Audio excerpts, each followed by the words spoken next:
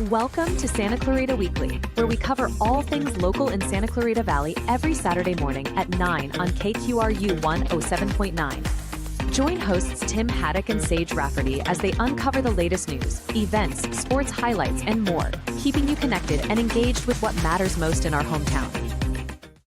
Welcome back for another edition of Santa Clarita Weekly with Tim Haddock and Sage Rafferty. I'm Sage, he's Tim. You can listen to us on the radio at KQRU 107.9 FM on Saturday mornings at 9 o'clock. We are also on YouTube and Instagram, and you can find us online at santaclaritastar.com. George Whitesides was sworn into Congress and voted to certify the 2024 presidential election. Assemblywoman Pilar Schiavo recently held a discussion about retail theft. In sports, the Foothill League high school basketball teams were in holiday tournaments over the winter break and are gearing up to resume the league slate. The Rams won the NFC West championship, are in the playoffs, and will face the Minnesota Vikings. Kings are undefeated since Christmas and won 4 games in a row. They had their game against the Calgary Flames canceled because of the fires ravaging Los Angeles. On January 3rd, 2025, Democrat George Whitesides was officially sworn in as the new representative for California's 27th Congressional District, marking a significant political shift in the region. Whitesides defeated incumbent Republican Representative Mike Garcia in a closely watched race that garnered national attention. The swearing-in ceremony was held in the U.S. Capitol, where Whitesides took the oath of office alongside other newly elected members of Congress. Whitesides' election victory in November 2024 was a turning point in California's 27th district, formerly the 25th district. Former fighter pilot Mike Garcia won a special election in the district in May 2020 after Democrat Katie Hill resigned after a scandal that involved the release of explicit images of her and the revelation that she and her husband were having a 3-way relationship with one of her staffers. In 2024, Whitesides ran a campaign focused on a message of economic growth, public safety, and safeguarding reproductive freedoms, resonating with voters across the diverse district. He also emphasized his ties to the Antelope Valley and his roles as the chief of staff at NASA under President Obama and CEO of Virgin Galactic, Richard Branson's space company. After Chiquita Canyon landfill announced that it was going to stop accepting more waste effective January 1st, 2025, Whitesides reaffirmed his commitment to work for residents affected by the toxic fumes being emitted from the landfill. This is an outcome that countless members of our community have been working towards for years, Whitesides posted on X. There is much more that still needs to be done to resolve the ongoing environmental issues at the landfill and to deliver help to those constituents still facing health impacts. I will be working closely with local, county, state, and federal officials as we evaluate next steps. Together, we will continue the work towards a healthier, more sustainable future for our community. One of Congressman Whitesides' first votes was to certify the 2024 presidential election for Donald Trump. Of course, his predecessor, Mike Garcia, voted against certifying the election for Joe Biden during the January 6, 2021 insurrection at the Capitol. Whitesides had this to say about voting to certify the Electoral College. Hi, everybody. Congressman Whitesides here. It's a snowy day in Washington, D.C., but regardless of that, we are about to head into the Capitol building to certify the presidential election, a sacred duty that I take very seriously. On this day, I wanted to mark the courageousness of the Capitol Police, who did so much at such great personal expense to defend the Capitol building and our democracy 4 years ago. So a huge thanks to everyone who served during that terrible day. Wish you all the best, and we'll give you another report after we get through the certification process. Bye.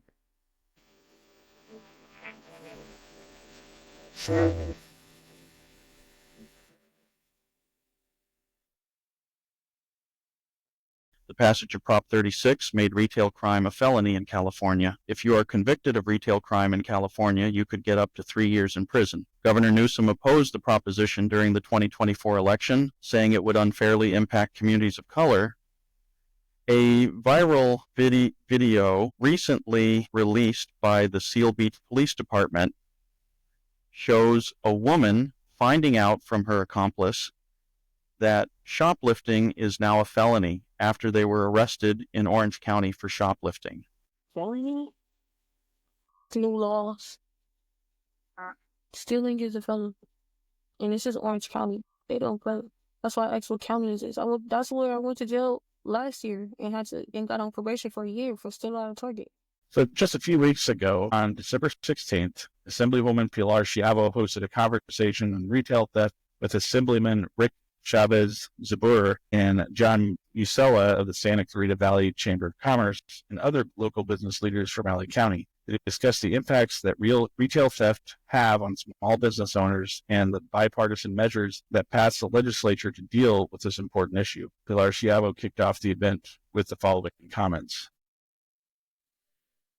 As a former business owner myself and someone who helped start a retail business with a friend of mine, I know firsthand how theft and crime disproportionately impact small businesses, particularly when they're already managing rising costs of insurance, labor, rent, and all of the ways in which small businesses have to struggle to scrap together what they need to make sure that their business functions, survives, and hopefully even thrives. Today's discussion is part of an already broader effort that my office has been a part of throughout the year to tackle retail theft head-on and ensure that our businesses, families, and communities feel supported and protected. I'd like to also thank my colleague, Assemblymember Rick Chavez Zabur, who is the chair of the Retail Theft Select Committee and really led this effort at the statewide level. I was really happy to be a part of that and to work directly with him on some of the legislative solutions that we put forward in this last year.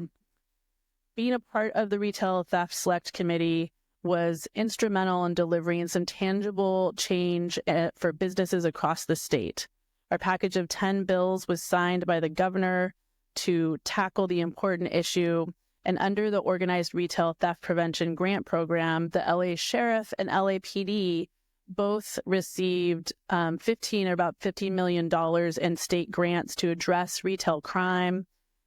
And today we'll hear a little bit about how those funds are being used and what more is needed.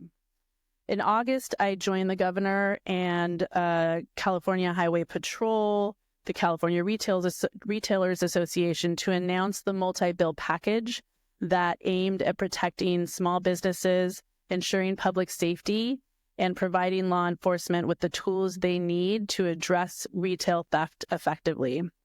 I know Chair Zabur is going to discuss the package of bills that we passed. I wanted to mention the bill that I principal co-authored with Chair Zabur, AB 2943, which is the California Retail Theft Reduction Act. And this bill really addresses loopholes, increases penalties for organized crime rings, and disrupts the sale of stolen goods online. It gives police and law enforcement the tools that they need to address retail theft. It does that through enhancing tools for law enforcement to include arrests based on witness statements or video evidence, which has not previously been allowed. I often hear the concerns about the $950 limit and this kind of revolving door. But this bill allows for an aggregation of multiple thefts so that you can get over that limit amount and people can be charged with a felony instead of a misdemeanor as well. And it also expands the use of diversion and rehabilitative programs like drug court and increasing supervision for shoplifting and petty theft offenders. We know that despite all of these actions and all of this movement, and obviously it's, bills got signed in September, October. They have a little time until they go into effect. And so we're going to be seeing the effect of these laws over this coming year and beyond. But we also know that, despite all of this action, we continue to hear issues that businesses and small businesses especially are struggling with. And so, for a lot of businesses, this is an experience of a death by 1,000 cuts where, a 7-Eleven, for example, told me that they are having people steal from them 10 times a day. And at that point, you stop reporting it. You stop even struggling with it because you don't have capacity. You have to help the next customer that's in line. And we know that this is wrong. It's not sustainable for businesses, and we have to figure out ways that we can help these small businesses.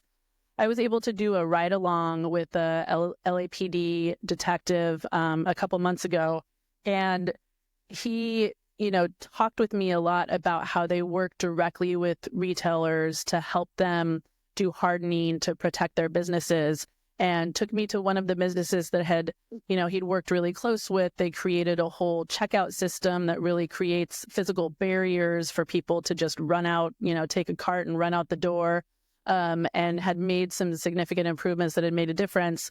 And then he took us to another businesses that hadn't taken his advice. And it wasn't because they couldn't afford to. They're a large chain retailer. And that retailer had no barriers to walk a cart out. And literally while we were in the store, we watched a man fill up his grocery bag and just walk right out the door and say, "Have a good night," walk on out the door. And we were just standing there by the door while we watched it. So, we know how prevalent this is, and we know that we need to do so much more to make sure that we're protecting businesses.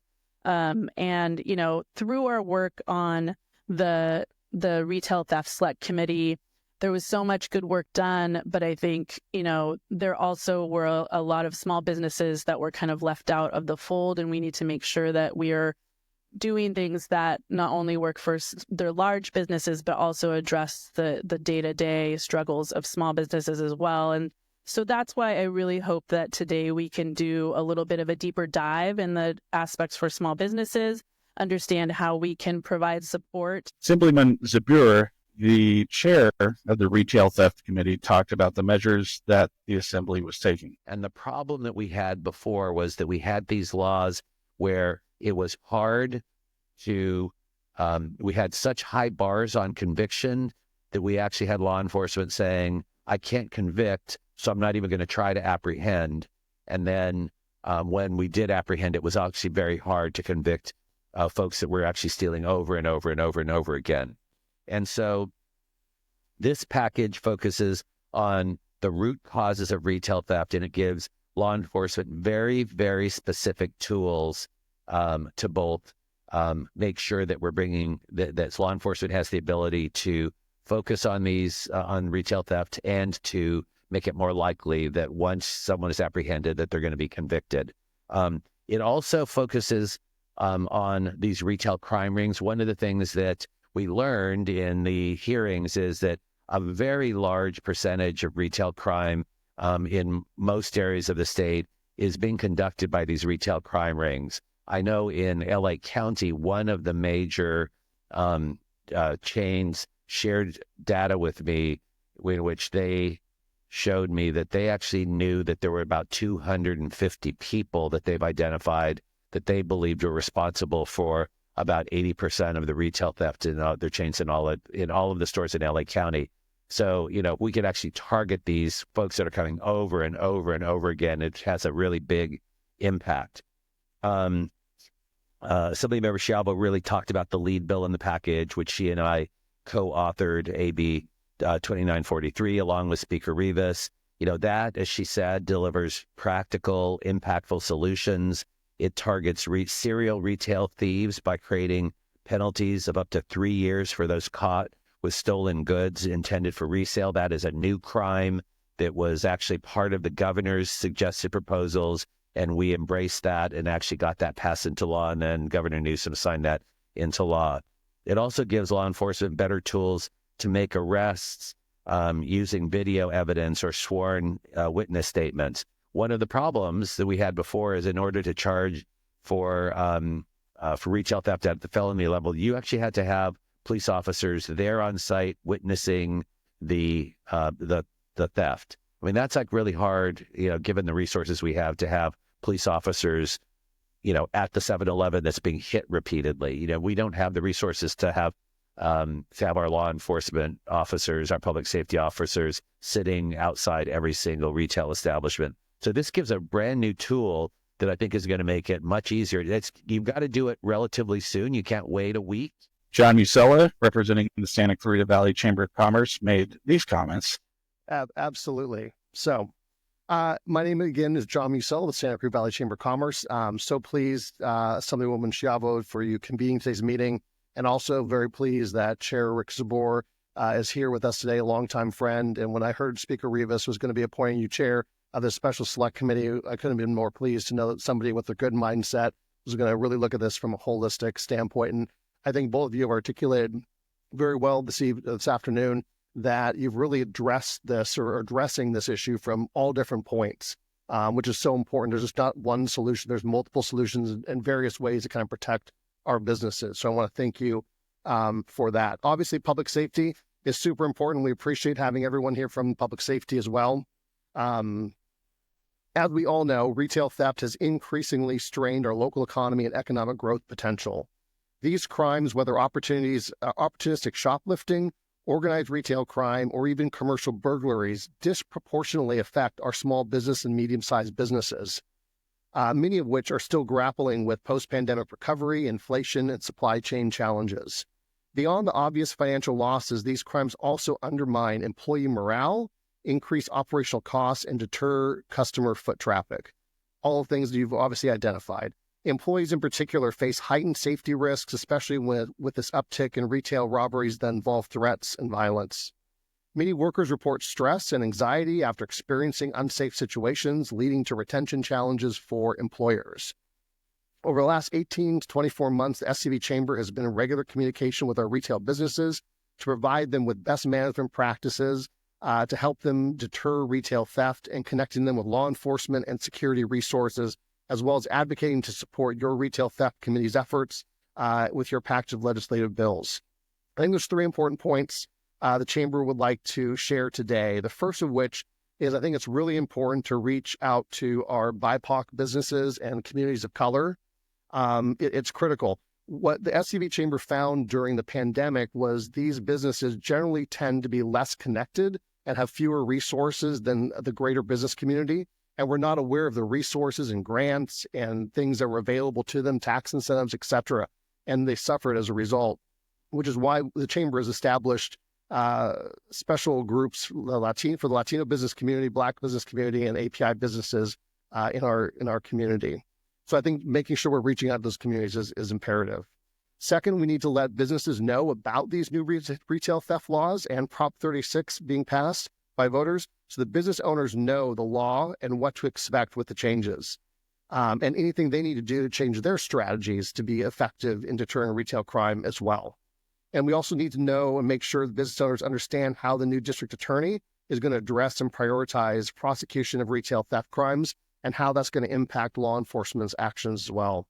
And third and finally, the SCV Chamber would like to see additional follow-up, continued conversation on this topic of retail theft, to ensure that as these new laws are coming into place January 1, that they are effective, and maybe there's things that need to be fine-tuned or refined. And so we'd like to make sure the businesses are part of that ongoing conversation and dialogue.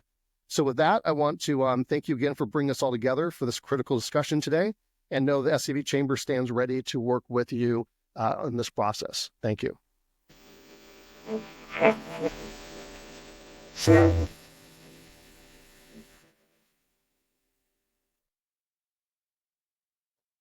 So Prop 36 has significantly changed the landscape of retail crime in California as law enforcement and courts adapt to these new guidelines. The long-term impacts on crime rates in communities remain to be seen. Discussions and debates surrounding the issue are likely to continue as lawmakers and community leaders seek solutions to address retail theft while ensuring fairness within the justice system. You are listening to KQRU 107.9 in Santa Clarita. You can listen to Santa Clarita Weekly on Saturday mornings at 9 and on YouTube, Instagram, TikTok, wherever you listen to podcasts. I'm going to turn it over to Tim to talk about sports. Right, so Valencia and the West Ranch boys basketball teams were in the Classic at Damien tournament over the winter break. The high school basketball teams in the Foothill League played in a whole bunch of different holiday tournaments all over Southern California during the holiday break.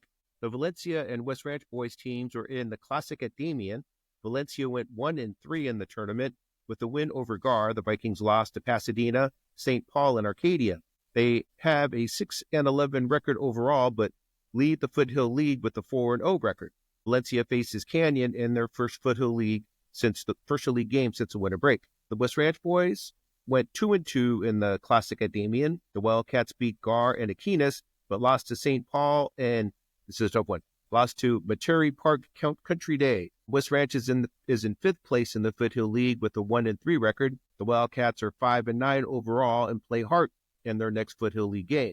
The Golden Valley boys played in the Battle for the Ball tournament at Glen A. Wilson High School in Hacienda Heights and went 3-1. The Grizzlies beat Buena Park, Bell Gardens, and San Marino, but lost to La Cañada. Golden Valley is in second place in the Foothill League with an undefeated 3-0 record and is 12-6 overall. The next Foothill League game for the Golden Valley boys is against Saugus. The Canyon boys were in the Duarte Temple City Holiday Classic and went 4-0. Canyon beat Duarte, Hawthorne, Burbank, and Los Altos and averaged 96.5 points per game. The Cowboys beat Duarte 109-41 and beat Hawthorne 108-45. The Canyon boys improved to 14-4 overall and are in third place in the Foothill League. They are 2-1 in Foothill League games. Canyon will play Valencia in their next Foothill League game. The Saugus boys won 3 games in a row and are 2-3 in their last 5 games. They won 3 games in a row. Let's start that over again. The Saugus boys won 3 games in a row. They had wins over Eastside, Santa Monica, and Palisades, and losses to Westlake and Shahelbet. Saugus is in 4th place in the Foothill League with a 2-2 record. They are 11-6 overall, and their next Foothill League game is against Golden Valley. The Hart boys were in the South Pasadena tournament and went 2-2 with wins over Grant and Dorsey, but lost to Calabasas and LaSalle. After the South Pasadena tournament, Hart played Hillcrest Christian and lost, and played Reseda and won. Hart is in 6th place in the Foothill League with an 0-3 record and have a 7-11 overall record. Hart plays Castaic in its next Foothill League game.